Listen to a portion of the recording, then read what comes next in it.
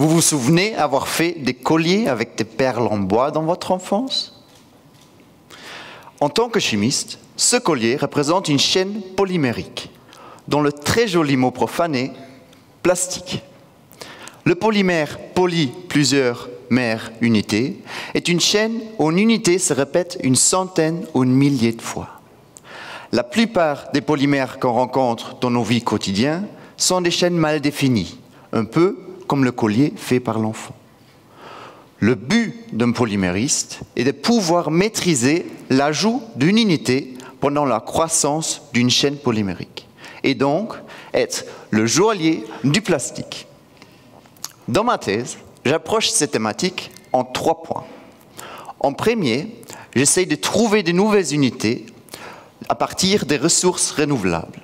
C'est-à-dire, je regarde directement les matières disponibles dans la nature, comme les huiles ou les sucres des plantes, et en les modifiant, je crée de nouvelles unités.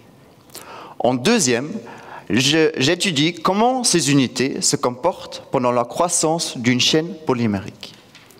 Est-ce qu'on peut maîtriser l'ajout d'une unité et donc être le joaillier du plastique? Pour déterminer ceci, je regarde la chaîne comme un joaillier regarde son collier.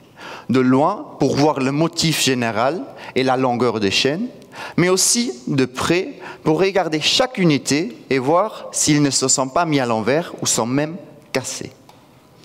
En troisième, j'utilise ces polymères pour les applications dans les composites. Les composites sont des associations de plusieurs matériaux avec des propriétés différentes. Un exemple que vous ne connaissez peut-être est la fibre de carbone, un mélange d'un polymère et du carbone, qui est utilisé dans les vélos haut de gamme et les châssis de voiture pour la légèreté et force extrême. Dans mon cas, je regarde la cellulose, donc le papier, et le polyéthylène, les sachets plastiques. Malheureusement, ces 2 matériaux ne se mélangent pas, un peu comme l'eau et l'huile. Et c'est ici que mes polymères interviennent, car ils sont capables de jouer le rôle d'un intermédiaire et permettent de mélanger les 2 matériaux.